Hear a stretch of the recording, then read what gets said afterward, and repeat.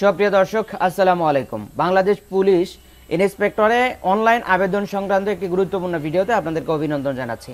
আপনারা যারা বাংলাদেশ পুলিশ ইন্সপেক্টরে আবেদন করবেন আপনাদেরকে বলবো আপনারা অবশ্যই আমাদের ভিডিওর শুরু থেকে শেষ পর্যন্ত দেখতে হবে। কোথায় কি ক্যাটাগরি রয়েছে সব কিছু কিন্তু আমরা ভিডিওতে দেখিয়ে দিব। তো চলুন আমরা কম্পিউটার স্ক্রিনে যে কথা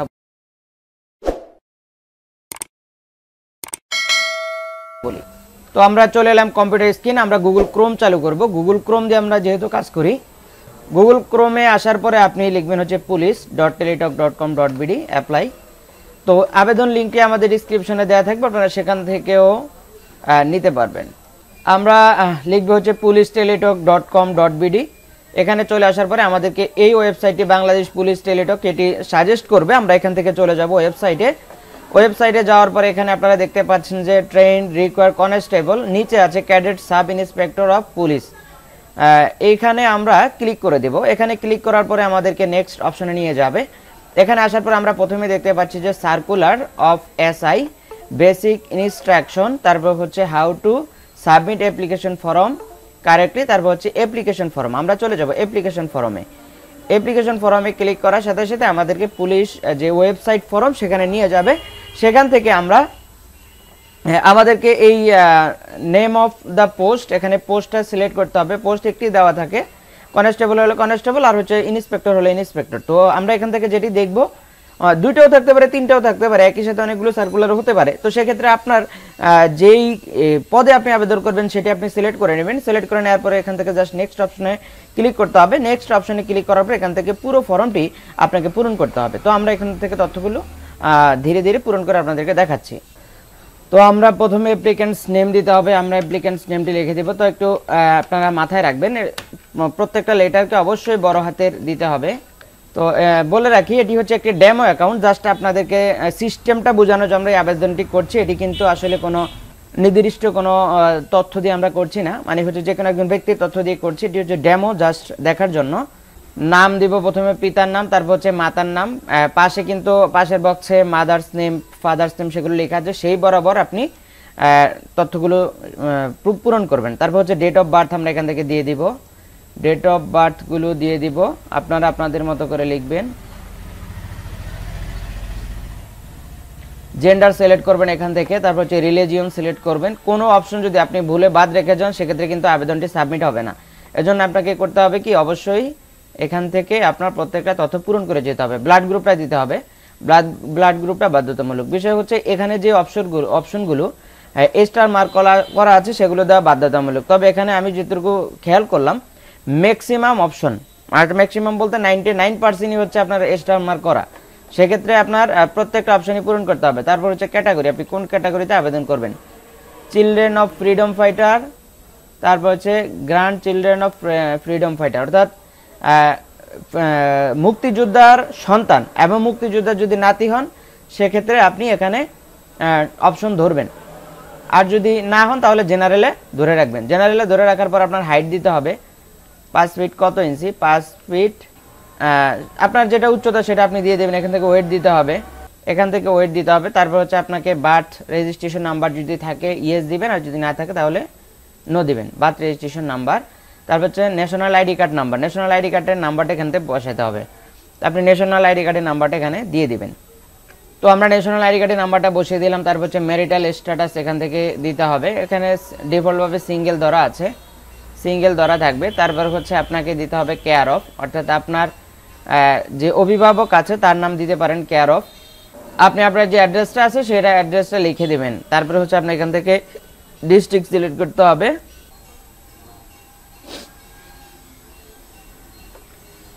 তো আমরা এখানে আসার পর এখান থেকে ডিস্ট্রিক্ট সিলেক্ট করব। ডিস্ট্রিক্ট, আপনি আপনার ডিস্ট্রিক্টের নাম সিলেক্ট করবেন। করার সাথে সাথে এখানে থানা উপজেলার নামগুলো চলে আসবে।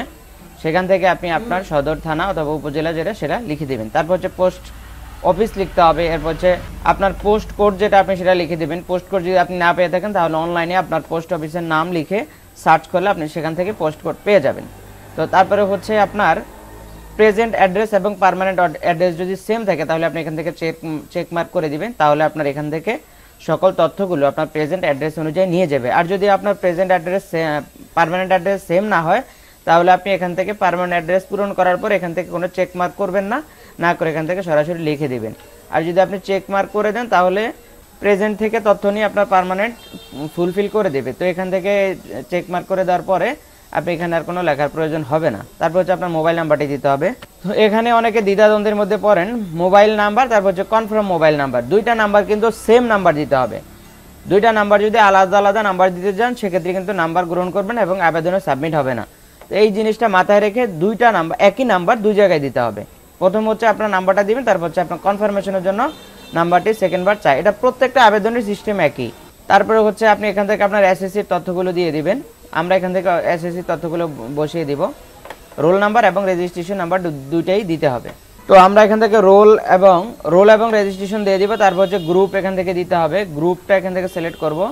রেজাল্ট এখান থেকে দিতে হবে, রেজাল্ট দিয়ে দেওয়ার পরে গ্রুপ দিতে হবে। তারপরে হচ্ছে আপনার এখান থেকে কোন বছর আপনি পাস করেছেন সেটা এখান থেকে বসিয়ে দিবেন। তারপর হচ্ছে আপনি যাবেন হচ্ছে এইচএসসি আপনি যদি মাদ্রাসার হন তাহলে আলিম, আর যদি আপনি জেনারেল থেকে পাস করে থাকেন তাহলে এইচএসসি দেওয়ার পর হচ্ছে আপনাকে দিতে হবে বোর্ড, রোলটি বসিয়ে দেবেন। তারপর হচ্ছে আপনাকে রেজিস্ট্রেশন নাম্বারটি বসাতে হবে। তবে একটা বিষয় মাথায় রাখতে হবে, লেখাগুলোর আগে অর্থাৎ আপনি যে লেখাগুলো লিখবেন সেগুলোর আগে অথবা পরে কোনোভাবে যে স্পেস না পড়ে, স্পেস পড়লে অনেক সময় আবেদন গ্রহণ করে না। যেমন একটা স্পেস পড়লে আপনি কিন্তু বুঝবেন না যে স্পেস পড়ছে কিনা, তবে আপনার স্পেস যদি পড়ে থাকে সেক্ষেত্রে আবেদন নাও গ্রহণ করতে পারে, এদিকে খেয়াল রাখতে হবে। তো এরপর হচ্ছে আমরা এখান থেকে ইন্টারমিডিয়েটের রেজাল্টটি দিয়ে দিব। তারপর হচ্ছে এখান থেকে গ্রুপ দিব, গ্রুপ দেওয়ার পরে হচ্ছে আপনার এখান থেকে পাশের সন আপনি এখান থেকে বসিয়ে দিবেন।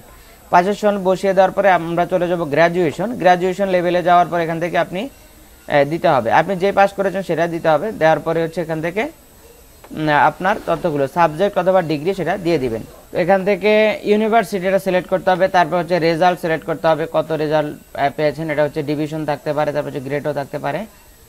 তো আমি এখান থেকে ডিভিশনটা দিয়ে দিব, তো গ্রেডটা দিয়ে দিব। তারপর হচ্ছে কত সনে পাস করেছেন সেটা দিতে হবে। এরপর হচ্ছে আপনাকে কোর্স ডুয়ারেশন কত বছর ছিল সেটাও দিতে হবে। কোর্স ডুয়ারেশন দেওয়ার পরে আপনার যদি মাস্টার্স থাকে এখান থেকে চেক মার্ক করবেন, আর যদি না থাকে তাহলে প্রয়োজন নাই। এরপরে হচ্ছে আপনাকে দিতে হবে এক্সপিরিয়েন্স, আপনার কোনো অভিজ্ঞতা আছে কিনা। আপনার যদি কোনো অভিজ্ঞতা থাকে সেক্ষেত্রে এখান থেকে চেক মার্ক করবেন। তারপরে হচ্ছে টোটাল এক্সপিরিয়েন্স, কত ইয়ারের এক্সপিরিয়েন্স আছে সেটা এখান থেকে দিতে হবে। তারপরে হচ্ছে আপনার এখান থেকে এমপ্লয়মেন্ট, বাংলাদেশ পুলিশ এবং অন্যান্য যদি আপনার জবের এক্সপিরিয়েন্স থাকে সেটা দিবেন, আর যদি না থাকে তাহলে চেক মার্ক করার দরকার নেই। তারপর হচ্ছে আপনি এখান থেকে লেফট জব ফ্রম পুলিশ, আপনি যদি পুলিশে জব করে থাকেন সেটাও দিতে পারেন। তারপরে মোটরসাইকেল ড্রাইভিং স্কিল আছে কিনা সেটাও এখান থেকে চেক মার্ক করতে হবে। এখানে প্রত্যেকটা অপশন দেওয়া আছে ইফ অ্যাভেলেবেল, যদি থাকে এক্সট্রা কারিকুলামগুলো যদি আপনার থাকে তাহলে আপনি চেক মার্ক করে এগুলো দিতে হবে, আর যদি না থাকে তাহলে বাধ্যবাধকতা নাই। তো এরপর হচ্ছে স্কিলস কারিকুলার, আপনার যদি এক্সট্রা কোনো কিছু থাকে এখান থেকে চেক মার্ক করে তারপর এখান থেকে দিবেন। তারপর এখানে কি আছে কম্পিউটার লিটারেসি, এটা অনেকের থাকে, তো এটা আমরা বসিয়ে দিচ্ছি।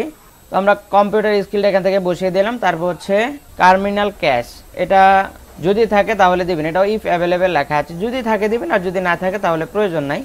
তো এরপরে হচ্ছে আমরা এখান থেকে সকল তথ্যগুলো দেখার পর এখানে যে ভ্যালিডেশন কোডটা রয়েছে এই কোডটা এই বক্সের মধ্যে বসিয়ে দিতে হবে। তো এই বক্সটা আমরা কি করলাম, এখান থেকে জাস্ট ড্র্যাগ করে ধরে এখানে ছেড়ে দিলাম।